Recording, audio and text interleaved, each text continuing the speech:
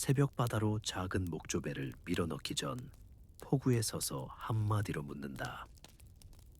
조선 후기 포구에서 상민으로 어부로 산다는 것은 어떤 하루인가? 물때와 계절의 흐름을 따라 배를 띄우는 일과 그물과 줄을 손봐야 하는 일과 바다에서 해안으로, 해안에서 장터로 이어지는 일과가 답이다. 불빛이 아직 약한 포구에서 배에 오른다. 배는 작고 낡았지만 손때가 묻어 있어 익숙하다. 먼저 그물과 줄을 점검한다. 그물의 매듭 하나하나, 그물코가 풀리거나 찢어진 곳이 없는지 살핀다. 찢긴 눈은 바로 꿰매고 마모된 줄은 한목 정도 잘라 새 매듭을 맨다. 줄의 매듭이 풀리면 그물이 흘러가고 그물이 흘러가면 며칠치 수입이 날아간다. 그래서 그물 손보기는 단순한 준비가 아니라 생계와 직결된 필수 의례다. 그물에는 부표와 추를 단다. 부표는 그물의 위쪽을 표시하고 추는 가라앉아 그물을 펼치게 한다. 부표와 추의 강력은 물때와 조류에 따라 조정한다. 물이 빠른 날과 느린 날, 바람의 방향에 따라 그물이 물속에서 서는 방식이 달라지기 때문이다. 부표와 추를 같은 자리에 달아두지 않는 것이 오래된 어법이다. 그물의 어느 부분을 더 튼튼하게 만들지, 어느 줄을 더 길게 할지, 이런 결정은 모두 그날의 물때와 계절의 어종이주에 따라 달라진다. 물때를 보는 일은 생활의 중심이다. 포구에는 고무줄처럼 정해진 서류가 있는 것이 아니라 마을 어른들이 전해 온 관습과 달의 길이를 바탕으로 한 계산법이 있다. 음력과 해의 위치, 지난밤에 조류 관찰에서 얻은 작은 표식들이 모여 오늘의 물때를 가리킨다. 어떤 날은 간조 때 갯골을 드나들어 조업하는 것이 유리하고 어떤 날은 만조가 되어야만 가까운 암초를 피해 그물을 펼칠 수 있다. 이 판단이 좋으면 그날의 그물질은 풍년이 되고 판단이 어긋나면 막루가 될 수 있다. 막바지 준비는 빠르다. 배에 실린 가죽 주머니에 철추 몇 개와 여분의 줄을 챙기고 칼과 바늘을 꺼내어 그물 수선 도구를 곁에 둔다. 그물 수선은 항구에서 잠깐 하는 일이 아니다. 그물 한 부분을 얼른 고치고 다시 바다로 나가야 한다. 시장이 열리는 시간과 맞추려면 늦어서는 안 된다. 아침 장시가 열리기 전에 물고기를 내다 팔아야 가격을 받을 수 있다. 그래서 어부의 하루는 바다의 시간과 시장의 시간 사이에서 일정하게 조율된다. 배를 끌고 포구를 떠나면 조류의 흐름을 읽으며 배를 젓는다. 작은 배는 큰 파도 속에서 요동치지 않도록 언제나 조심스럽게 다뤄진다. 배의 모양과 노의 길이는 이 지역의 조업 방식에 맞추어졌다. 얕은 갯바지를 이용하거나 갯골을 타고 들어가야 하는 경우도 있어 배의 밑바닥과 무게, 배분은 조업의 효율을 좌우한다. 때로는 한 사람만으로도 작업을 할 수 있지만 그물 두어 폭을 너르려면 둘 이상이 필요하다. 동네에서는 보통 가족이나 이웃과 협력해 움직인다. 협력은 네트워크이자 위험 분담의 방식이다. 바다에 나가서 그물을 펼치는 시간과 장소는 이미 계산되어 있다. 특정 어종이 들어오는 길목, 물이 뻗었다가 빠지는 갯골의 입구, 암석 지형 뒤로 형성되는 잔잔한 웅덩이 등은 경험으로 익힌 자리다. 계절마다 물고기의 이동 경로가 달라지므로 같은 자리라도 때에 따라 효율이 달라진다. 이 계절 지식은 문서화되어 있지 않다. 대개 마을 어른들이 말로 전하고 젊은 세대가 달아 배운다. 그래서 마을의 어법은 실무적이고 구체적이다. 멀리서 큰 것 못 잡는다. 이 달에는 갯골 아래로 붙여라 같은 말들이 구체적 지침이다. 그물을 내릴 때의 절차는 정해져 있다. 먼저 물의 흐름을 고려해 그물의 앞부분을 받아 쪽으로 두고 돌추나 닻을 이용해 한쪽 끝을 고정한다. 그 다음 배를 뒤로 올리며 그물을 줄줄이 풀어놓는다. 그물이 꼬이지 않도록 손가락으로 방향을 잡고 줄간의 간격을 확인한다. 줄이 교차하면 그물의 효율이 떨어진다. 줄을 잘못 놓으면 잡힌 물고기가 빠져나가고 결국 그날의 수확에 구멍이 난다. 이렇듯 손놀림 하나하나가 결과로 연결된다. 그물을 펼친 뒤에는 일정한 간격으로 다시 돌아가 그물이 잘 서 있는지 확인한다. 물때가 변하거나 바람이 바뀌면 그물의 형태가 달라진다. 일부러 그물을 당겨 다시 자리 잡게 하기도 하고 부표의 위치를 조금 옮겨 물살을 맞게 하기도 한다. 이 과정은 해가 뜨기 전에 반복 작업이다. 이 시간 동안에만 가능한 것들이 있다. 해가 올라와 조류와 바람이 달라지면 다른 작업을 해야 하므로 새벽 시간은 집중의 시간이다. 계절 지식은 또 다른 차원에서 작동한다. 어떤 달에는 멀리서 소규모 어종이 물밀듯 들어오고 어떤 달에는 큰 고기가 그네로 남아있다. 이 지식은 가족 단위의 대화에서 술자리에서 작업 중 끼니를 나누며 전해진다. 누가 어떤 자리에 그물을 놓았는지, 누구의 그물이 더 잘 되는지 그 정보는 실시간으로 공유된다. 마을의 규칙은 암묵적이다. 어떤 날 특정 갯굴은 여러 배가 경쟁하는 곳이 되기도 하고 다른 날에는 특정 배가 그 자리에 권리를 가진다. 이런 규칙은 충돌을 피하고 각자의 생계를 보장하기 위해 형성되었다. 폭우로 돌아오는 시간은 시장의 흐름과 맞물려 있다. 대부분의 판매는 이른 아침에 이루어진다. 물고기는 잡는 즉시 신선도가 관건이므로 가능한 빠르게 해안으로 옮겨 경매나 장시에 내놓아야 한다. 그래서 새벽의 작업은 단순히 그물을 펼치고 회수하는 기술을 넘어서 판매 시간에 맞춘 스케줄링이다. 뿔대를 잘못 맞추면 그물을 회수할 때 불이 샘에 걸려 배가 빠져나오지 못하고 시장 출발 시간을 놓쳐 가격이 떨어지기도 한다. 이런 사소한 시간 차이가 생계에 큰 차이를 만든다. 그 밖에도 포구의 운영에는 일상적 규범이 있다.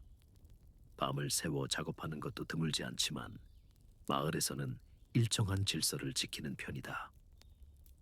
서로의 작업 구역을 존중하고 이웃의 그물을 건드리지 않으며 어획량이 많을 때는 함께 나누는 관습도 있다. 공동의 도구를 관리하거나 배수리와 그물 수선을 함께 돕는 것은 마을의 안전망이다. 이런 상호부조는 물리적 위험뿐 아니라 경제적 위험을 완화한다. 새벽에 포구를 떠나 바다에서 그물을 펼치고 손보기까지 마치면 다음 행로가 기다린다. 해가 떠오르기 전에 이 시간대는 하루의 운명을 가르는 시간이다. 물때와 계절을 읽어 그물을 준비하는 일, 매듭을 점검하고 부표와 줄을 맞추는 일, 마을의 지혜를 따라 자리 잡는 일, 이 모든 것이 상민어부로서의 하루를 구성한다. 다음으로는 그물을 회수하고 잡은 물고기를 정리해 해안으로 돌아가는 과정이 이어진다. 새벽 포구에 먼저 나와야 할 일이 있다. 배의 밧줄을 점검하고 돛과 노를 준비한다. 그물과 통발을 펴서 매듭을 다시 살핀다. 아침에 움직이기 전에 그물이 걸렸던 곳이나 찢어진 자리를 손보지 않으면 바다에서 시간과 생선을 잃게 된다. 옆에서는 장비를 올리는 이와 소금을 점검하는 이가 소리 없이 움직인다. 염장과 건조를 위해 쓸 소금과 널판, 바구니를 미리 챙겨 싣는다. 작은 배에는 필요한 것만 올리지만 무엇 하나 빠뜨리면 돌아와서 다시 나가야 한다. 출항은 익숙한 어장을 향해 한다. 어장은 말로 설명하기보다 몸으로 익힌 자리다. 물때와 조류, 바람의 방향, 바닥의 상태를 알고 있기 때문에 동일한 어장을 반복해서 찾는다.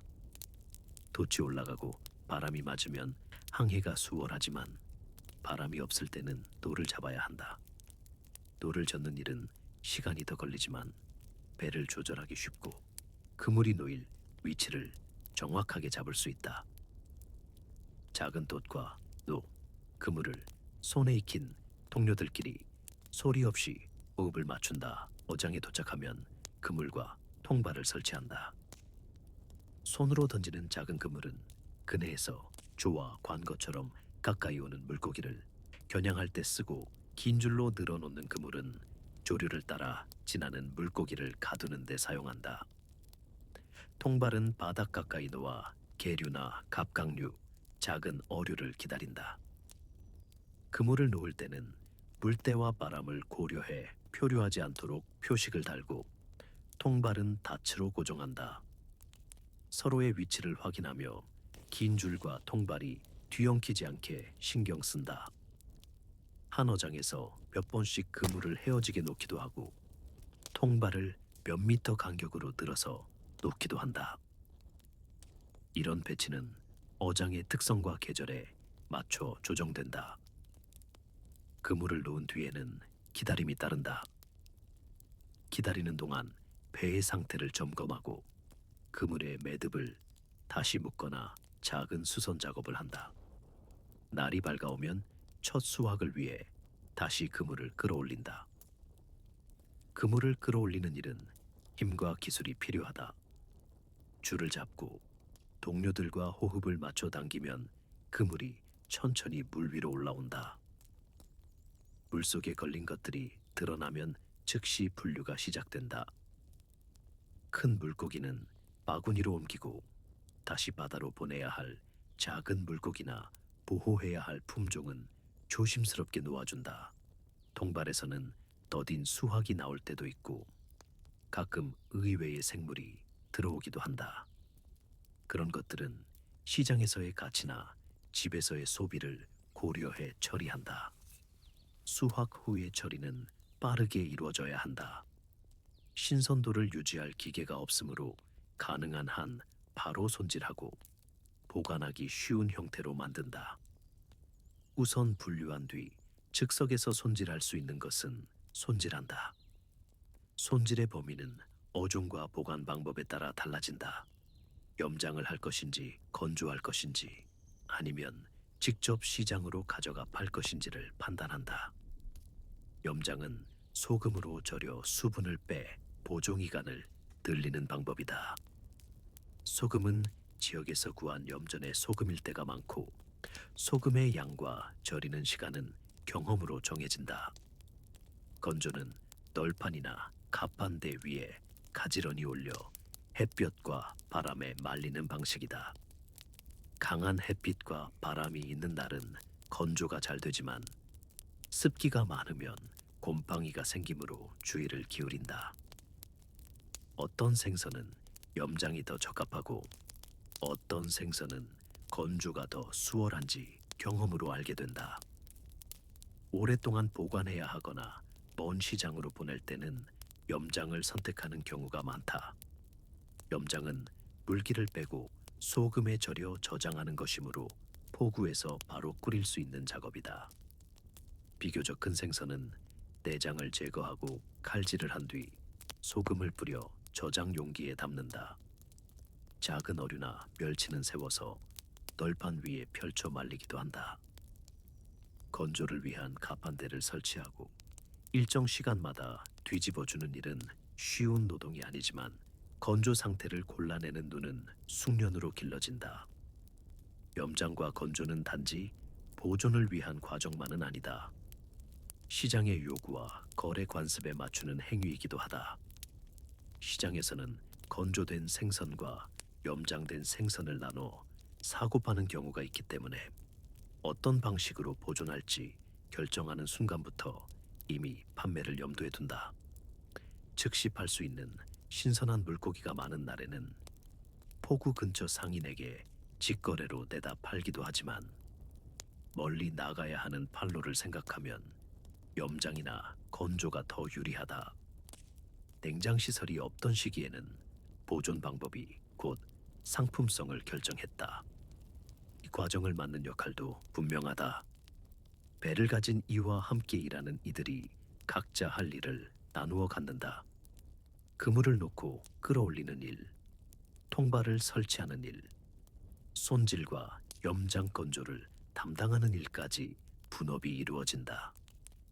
때로는 가족이 함께 일하고 때로는 지역에서 고용된 이들이 일손을 보탠다. 포구에서는 건조품을 널어놓는 공간을 함께 쓰기도 하고 소금을 대는 일이나 널판을 빌리는 일은 마을 단위의 관습에 따라 이루어진다. 이런 일상적 협력이 없었다면 염장과 건조라는 번거로운 과정을 효율적으로 해낼 수 없었을 것이다. 보존을 마친 뒤에는 포구에서의 저장과 운송을 생각한다. 염장한 생선은 통에 담아 묵혀두고 건조한 생선은 바구니에 담아 그늘진 곳에 보관한다. 날씨가 나쁘면 건조품을 다시 실내로 들여야 하고 염장의 상태를 주기적으로 확인해야 한다. 포구에서는 밤을 새워 건조를 지키는 일도 있고 상인들이 오기 전까지 보관을 책임지는 이들이 있다. 시장 출발은 보통 날씨와 길 사정, 수요에 맞추어 정해진다. 긴 여정을 앞둔 물건은 견고하게 포장되어 임시로 창고에 쌓인다. 이 모든 일은 반복되는 루틴 속에서 점점 더 능숙해진다.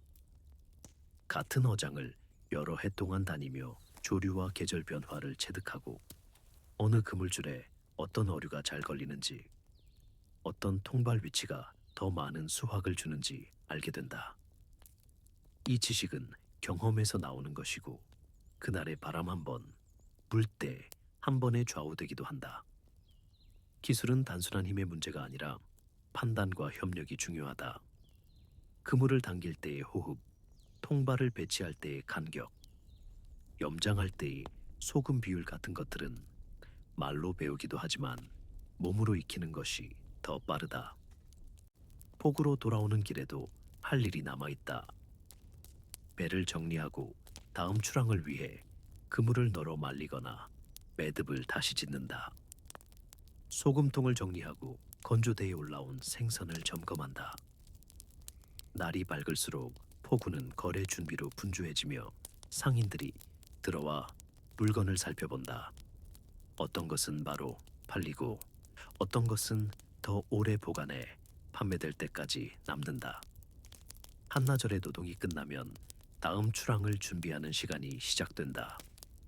바다에서의 하루가 자연의 리듬에 맞춰 흐르듯 작업의 주기 역시 어장과 시장의 요구 사이에서 형성된다. 이런 일상을 반복하는 가운데 염장과 건조는 단순한 보존 행위를 넘어 삶을 유지하는 방식이 된다. 신선함을 오래 유지할 수 없는 현실에서 소금과 햇빛, 바람은 중요한 도구이며 그것을 다루는 기술은 곧 생계다. 아침의 출항부터 저녁의 정비까지 이어지는 일련의 과정은 바다와 육지를 잇는 관습이 되고 매번의 선택과 손놀림은 다음 날의 수확과 시장의 반응에 직접적인 영향을 미친다. 이어질 일과에서는 이렇게 정리된 물건들이 시장으로 이동하고 포구의 계산이 마무리되며 계절에 따른 더 큰 준비가 시작된다. 물때와 햇살을 읽어 배를 무태 대자마자 행정 절차와 거래가 기다린다. 비릿한 생선 냄새를 곧바로 말하는 대신 그릇에 담긴 어획물을 정돈하고 저울을 꺼낸다. 집에서 쓰던 소형 저울과 무게추, 나무로 된 대야와 줄자, 소금 한 홉과 멸치는 이미 선상에서 분류되어 있어 시장에 내놓을 품목이 빠르게 드러난다. 큰 물고기와 작은 물고기를 구분하고 품목별로 묶어 상인들이 한눈에 알아볼 수 있게 정리한다. 서두르지만 분주하지 않다. 거래는 서두름보다 정확함에서 이익이 난다. 포구 시장은 상인과 행상의 시세에 따라 가격이 달라진다. 상인은 이곳에 자리 잡고 매일 거래의 중심을 이루는 사람들로 거둬들인 어획물을 정기적으로 사들이고 대체로 신용을 바탕으로 가격을 제시한다. 행상은 각지를 돌아다니며 더 높은 가격을 부르기도 하지만 거래는 수시로 변하고 안정성은 떨어진다. 큰 고기 한 마리를 오늘 바로 현금으로 처리하는 편이 좋을지 아니면 집에 소금에 절여 저장해 다음 계절에 더 좋은 값을 받을지 매번 계산해야 한다. 계산은 단순한 욕심이 아니라 세금과 부과금, 가족 생계와 다음 그물 수리 비용을 모두 고려한 결정이다. 시장이 열리기 전 관에서 파견된 관리와 향리가 잠깐씩 눈을 주고받는다. 관아는 시장 질서와 조세 징수를 책임지는 곳이라 어떤 어종이 세금 부과 대상인지, 얼마를 징수해야 하는지를 관리한다. 어획물 가운데 특정 어종은 조세가 붙기 쉽다. 그날 잡힌 고기 중에서도 중형 이상 어류나 값이 나가는 어종은 관아가 지정해 세금을 부과할 수 있으니 상인은 구매 때부터 세금을 산정해 가격을 깎는다. 향리는 장부에 적고 영수증을 끊는다.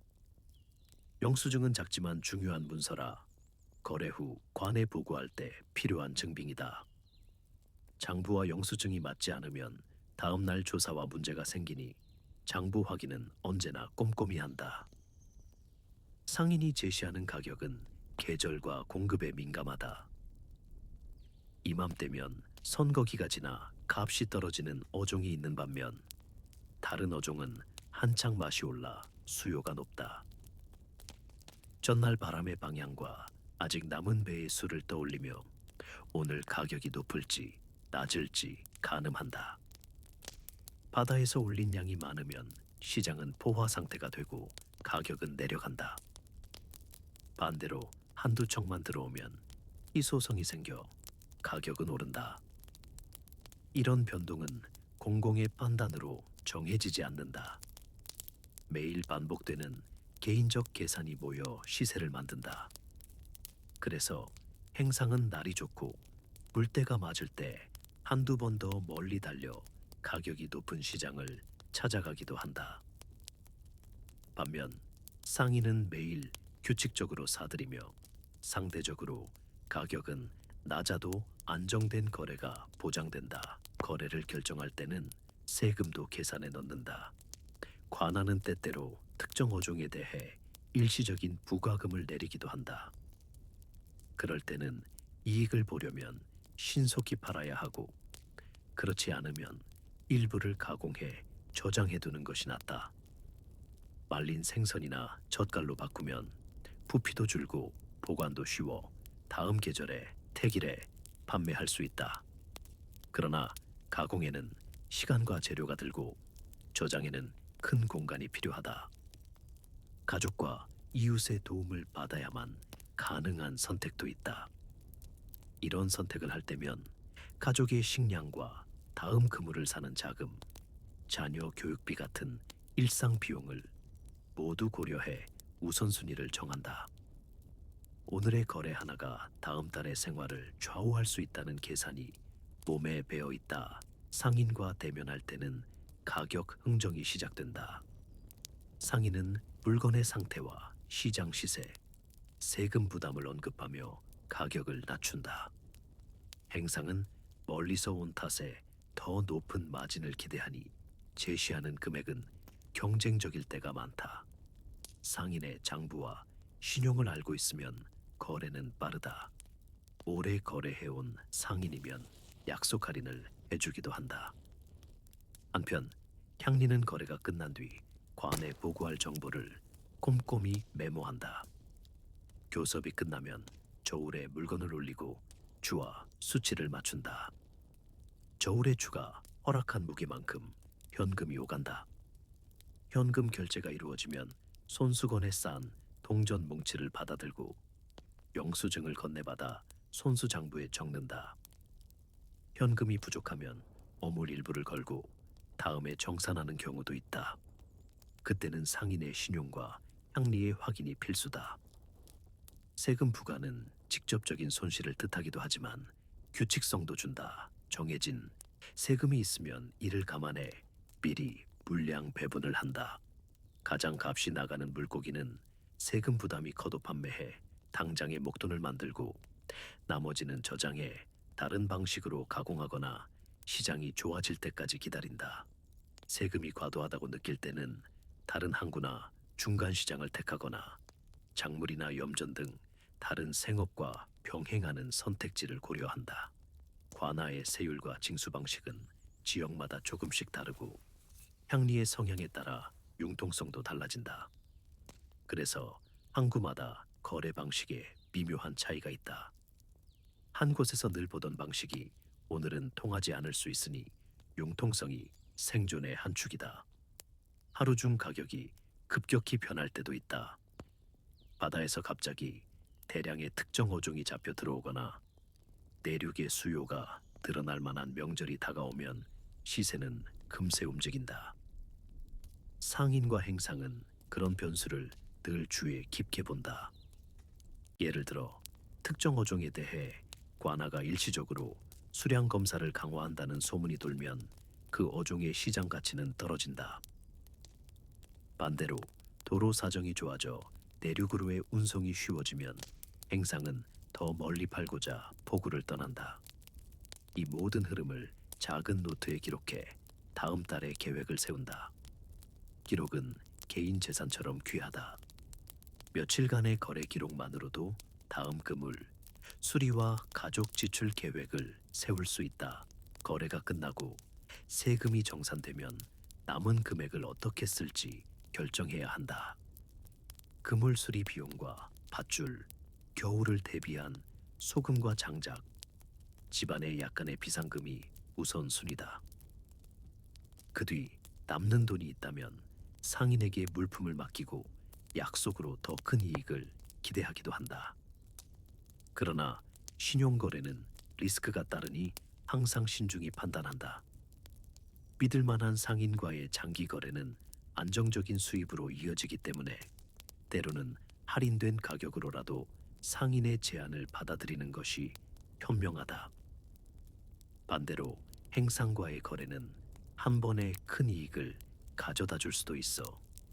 상황에 따라 두 갈래 길을 오간다. 시장은 단순한 물건의 교환 장소가 아니다. 정치적 사회적 질서가 거래에 스며 있다. 관아의 정책 변화는 한순간에 지역 경제의 흐름을 바꿀 수 있다. 향리의 말 한마디에 어떤 상인이 유리한 위치를 얻기도 하고 불리한 조건을 마주하기도 한다. 그래서 장부를 정확히 유지하고 영수증과 거래 기록을 손에 쥐어두는 것은 단순한 습관을 넘어선 생존 전략이다. 어획량이 풍부해도 부가금과 세금이 커서 수익이 줄어든다면 다른 생계수단을 찾는 방향으로 선회해야 한다. 어로 활동만으로도 안정되지 않을 때는 땅을 임대해 농사를 돕거나 계절 노동을 빌려 생활비를 보충하기도 한다. 포구를 떠날 때는 오늘의 거래가 다음 출어에 어떤 영향을 줄지 계산해본다. 그물의 수선은 언제 할지, 소금은 얼마나 비축할지, 가족의 생계비는 어떻게 마련할지, 상인과의 신용은 어떻게 지킬지. 시장에서의 경험은 다음번 주로 계획을 더 정교하게 만든다. 거래의 결과는 곧바로 다음 행동으로 이어진다. 오늘 팔지 못한 어획물은 처분 방법을 고르고 여분의 자금은 곧 또 다른 투자 대상이 된다. 관에 제출할 장부를 다시 확인하고 향리에게 필요한 서류를 맡긴 뒤 배에 오르는 일은 자연스러운 마무리다. 이렇게 하루가 시작되고 판매와 세금이 정리되면 배로 돌아가 다음 바다를 준비한다. 포구에서의 결정과 관아의 규정, 상인과 행상의 선택이 얽혀 소득이 결정된다. 규칙적인 거래를 통해 얻은 작은 안정과 때로 찾아오는 불안정 속에서 균형을 맞춰야 한다. 매일의 선택이 쌓여 한 달, 한 해의 삶을 만든다. 이제 그물 수선을 하고 다음 물때를 기다리러 배에 오를 시간이다. 다음 장에선 항해와 바다의 하루가 이어진다. 새벽 어스름이 완전히 걷히기 전 포구에 도착하면 우선 바다의 상태를 본다. 바람의 방향과 색이, 물때의 차이를 눈으로 확인하고 하늘의 구름과 먼 지평선의 움직임을 하나하나 점검한다. 바람이 남서쪽에서 강하게 부는 날이면 장마나 태풍의 기운을 의심하고, 바람이 갑자기 약해지면 갯바람과 해류의 변화까지 떠올린다. 예민하게 관찰한 판단 하나가 다음 출항의 안전을 좌우한다는 사실을 오래 겪으며 체득했다. 그 판단은 소리 없는 규칙으로 자리 잡아 누구나 공유하는 일상의 일부분이 된다. 날씨가 괜찮을 때는 또와 돛을 챙겨 바다로 나가지만 장마철과 태풍 예보가 겹치면 오래도록 배를 띄우지 못한다. 바다로 나갈 수 없을 때의 하루는 작은 공장처럼 꾸려진다. 배살림을 정비하고 그물을 꿰매며 부서지거나 다른 도구들을 고친다. 나무판을 갈아 끼우고 배 밑을 정리하는 일은 집집마다 하는 일이 아니라 마을 단위로 나누어 하는 일이기 때문에 품앗이가 자연스럽게 기능한다. 품앗이 날에는 여러 집 어르신들이 모여 큰 배를 뒤집어 나무 이음새를 다듬고 못질이나 못을 빼는 일, 그리고 창틀처럼 배의 내부를 정리하는 일을 분담한다. 젊은이는 무거운 판자를 들고, 여자는 그물과 채를 꿰매며, 노련한이는 바다에 오래 닿아 생긴 틈새를 찾아 막는 법을 알려준다. 이렇게 나누는 노동은 단순한 일손의 분배를 넘어서 서로의 생계를 지탱하는 약속이 된다. 그물을 꿰매는 일은 장비 점검 이상의 의미가 있다.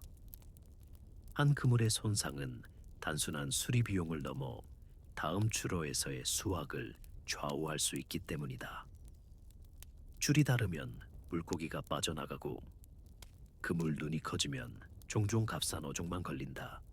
그래서 그물을 묶는 법과 매듭을 챙기는 일은 마을에서 전승된 기술이다. 그물을 걸러보며 어디가 가장 빈번하게 닳는지, 어떤 매듭이 더 오래 가는지 대화를 통해 축적된 경험을 서로 전한다. 젊은 어부들이 배운 기술의 상당 부분은 이런 자리에서 자연스럽게 전수된다. 때로는 밤새 그물을 꿰매는 일이 있다. 바다가 심수를 부려 며칠째 배를 띄우지 못하면 그물 수선만으로도 며칠치 노동이 필요하다. 배 수리는 또 다른 공동의 작업이다. 큰 풍랑이 지나간 뒤에는 배의 밑판이나 격벽에 금이 가기도 한다. 그런 경우엔 마을이 함께 나서서 도구를 빌리고 목수를 불러 공사를 돕는다. 목수 비용이 부담스러울 때는 비싼 수리비를 미루지 않도록 상호부조의 규약에 따라 일부를 공동으로 부담하기도 한다. 바다가 잔잔했을 때는 수선과 정비가 뒤로 미뤄지지만, 장마와 태풍처럼 일정 기간 바다를 끊는 때야말로 정비의 적기다. 장기적으로 보면 이렇게 쉬는 동안의 수리가 다음 출어의 안전과 효율을 높여준다. 날씨가 좋을 때만 일하는 것이 아니라 날씨가 나쁠 때도 일감을 만들어내는 것이 어부 생활의 연속성이다.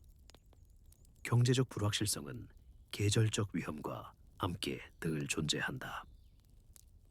어떤 날은 한 번의 출어로도 가족이 먹을 수 있고 빚을 갚을 만큼 풍성한 수확이 나오지만, 또 다른 달은 몇 번의 출어를 해도 겨우 밥값을 충당할 정도다.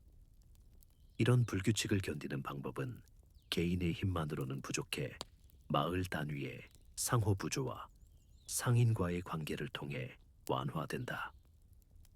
상인은 미리 외상을 내주고, 어부는 수확을 팔아 빚을 갚는 형태가 흔하다. 외상은 일부 편리함을 주지만 상인이 정한 조건에 따라서는 어부가 불리한 상황에 놓일 수 있다. 그래서 외상을 주는 상인과 신뢰 관계를 유지하는 것이 중요하다. 오래 거래한 상인은 시즌의 기복을 감안해 약간의 여유를 주기도 하고, 반대로 수입이 줄어든 시기에는 까다로운 요구를 해오기 마련이다. 상호 의존적 관계는 어부와 상인 사이의 균형 위에서 미세하게 유지된다. 공용 도구와 재료의 공유도 위험 분산의 한 방식이다. 큰 배에 또 보조도치, 그물, 수선용 굵은 삼근 등은 마을에서 공동으로 보관하거나 필요할 때 빌려 쓰는 일이 있다. 한 집의 사정으로 큰 도구를 모두 구비하기 어렵다면 공동으로 사용하는 것이 경제적 효율을 높인다. 다만 공유 자원의 사용 규칙은 마을 규범에 의해 엄격하게 지켜진다. 규칙을 어기면 공동체 안에서 신뢰가 흔들리고, 신뢰가 흔들리면 생계 자체가 위협받는다. 그러므로 서로의 순서를 지키고 책임을 다하는 것은 단순한 예의가 아니라 생존의 조건이다. 장비와 인간관계 이외에도 안전규약은 일상적 지침으로 자리 잡고 있다. 출항 전에는 반드시 한 사람을 지정해 외양간 쪽에 배를 묶거나 배를 묶는 기구를 점검한다. 태풍이 오기 전에는 배를 더 깊숙한 곳이나 마을 안으로 옮겨 보관하기도 하고, 강물과 연결된 하구 쪽으로는 모래주머니나 목재를 이용해 배가 떠내려가지 않게 묶어놓는다. 때때로 큰 풍랑이 예상되면 마을 전체가 모여 배를 육지로 끌어올리는 일을 한다. 그런 작업은 힘을 모으는 것뿐 아니라 서로의 안전을 확인하는 의뢰가 된다. 모두가 힘을 합쳐야만 바다로부터 돌아올 수 있다는 사실을 몸으로 확인하는 시간이다. 기술적 경험과 더불어 세대 간의 의사결정 방식도 안전을 지키는 중요한 요소다. 노인들은 바람의 작은 변화와 해무의 모습을 보고 선체의 취약 부위를 제시하고, 젊은이는 그 지시에 따라 분리노동을 담당한다. 결정을 내릴 때는 공동체 내부의 합의가 우선이다. 혼자 위험을 감수해 출항하는 일은 드물고, 그렇게 하는 사람은 주변의 만류를 받는다. 공동체의 규율은 때로 개인의 즉각적 이익보다 안전을 우선시키는 쪽으로 작동한다. 그 규율은 불가피한 손실을 줄이고 장기적으로 마을의 유지에 기여한다. 물론 모든 위험을 피할 수는 없다. 태풍이 갑자기 방향을 바꾸거나 예상치 못한 해일이 밀려들면 그 피해는 비난으로 설명되지 않는다. 그런 때에 마을의 상호부조는 단순한 노동 분담을 넘어서 재난 복구의 핵심 수단이 된다. 집집마다 도움을 주고받으며 어획을 나눠 소진을 막고, 때로는 건물을 수리하며 서로를 보살핀다. 그 응급 상황에서 상호부조는 곧 생계의 연장선이 된다. 장마와 태풍이 아닌 평상시에도 주로의 일정은 동네 사람들과의 협의로 정해진다. 어장 사용 권한이나 특정 해역에서의 조업 시간은 전통적으로 정해진 규범에 따라 조율된다. 누군가 규범을 어기면 그 집은 공동체로부터 제재를 받기도 한다. 규범은 어업 자원을 지속적으로 이용하기 위한 최소한의 장치다. 자원이 고갈되면 모두의 생활이 위험해지므로 조심스럽게 자원을 관리하는 태도가 필요하다. 이런 제약 속에서 사람들은 자원을 최대한 효율적으로 이용해야 생존할 수 있다. 결국 장마와 태풍으로 인해 바다에 나가지 못하는 날들이 반복되더라도 그 시간은 단순한 손실이 아니다. 그 시간에 이루어지는 수리와 협력, 그물 손질과 규범의 유지가 모여 다음 출어의 안전과 수확을 가능하게 한다. 또 상인과의 관계, 공동의 물건과 품앗이는 일상의 기복을 완화하는 장치가 된다. 날씨가 가혹하면 공동체가 더 단단해지고, 날씨가 누그러지면 그 단단함은 다시 바다로 나갈 때에 안전망이 된다. 그래서 장마가 남긴 시간은 내일 바다를 위한 준비의 연장선이다. 다음번 바다가 허락할 때 배를 점검하고 그물을 단단히 묶은 채로 다시 노를 젓기 위해 준비를 마친다. 그물에서 각 건져 올린 물고기를 배에서 내린 뒤 일과의 무게는 바다에서 무트로 옮겨진다. 육지에 닿으면 먼저 어획물의 분류가 시작된다. 큰 고기와 작은 고기, 젓갈용으로 적합한 것과 염장이나 건조를 거쳐야 하는 것들로 나눈다. 분류는 단순한 편의가 아니라 다음에 올 염장이나 건조 과정의 방식과 시간, 소요되는 소금의 양을 결정하는 판단이다. 그 판단이 잘못되면 보존 과정에서 손해가 생기고 결국 장터에서의 가격에도 영향을 준다. 염장 준비는 체계적이다. 커다란 통에 바닷물을 넣어 불순물을 가라앉힌 뒤 다시 소금을 더해 농도를 맞춘다. 소금의 비율은 계절과 어종에 따라 조정된다. 여름처럼 온도가 높으면 더 많은 소금과 더 촘촘한 염장이 필요하고 겨울에는 그만큼 덜해도 안전하다. 소금은 집집마다 준비해 두는 양이 정해져 있고 비용도 만만치 않다. 그래서 여러 집이 분담해 공동으로 쓰거나 때로는 장터에서 소금을 바꿔 사기도 한다. 염장 작업은 성별과 연령에 따라 역할이 나뉜다. 배에서부터 물고기를 내리고 씻는 일은 보통 남자들이 맡고 염을 뿌리고 통에 차곡차곡 넣는 일은 여자가 도맡는다. 어린아이도 소금 나르는 간단한 일을 하며 배운다. 이런 배치가 효율을 만든다. 각자 맡은 일이 정해져 있기 때문에 보존 과정이 빨라지고 해가 지기 전에 다음 단계를 마칠 수 있다. 건조는 해조차와 바람을 계산해 시기를 정한다. 건조대는 마을 어귀나 포구의 높은 곳에 세워두는 경우가 많다. 이곳은 조수간만의 차와 바람기를 잘 아우르는 자리여서 물고기를 말리기에 적합하다. 큰 물고기는 소금을 치고 단시간 염장한 뒤 바로 널어 말리고 작은 물고기는 조리용 젓갈이나 말린 생선으로 전환된다. 건조 기간이 길어지면 습기가 끼기 때문에 비가 잦은 장마철이나 안개 낀 날씨에는 건조 대신 더 강한 염장으로 전환한다. 이 판단 역시 시장, 수요를 고려한 것이다. 시장에서 말린 생선을 선호하는 시기면 건조에 더 공을 들이고 젓갈을 찾는 계절이면 그것에 맞춰 가공한다. 포구의 규칙 역시 흐름을 좌우한다. 관리인이나 향리와 같은 지방관청의 대표가 정한 규정에 따라 보관할 수 있는 양과 판매 시기, 장터에서의 매매 절차가 제한된다. 어떤 해에는 포구 밖에서의 판매가 금지되어 장터에서만 거래해야 한다는 규정이 내려오기도 한다. 그럴 때는 장터의 등급과 시전 상인들의 요구에 맞추지 않으면 거래 자체가 어렵다.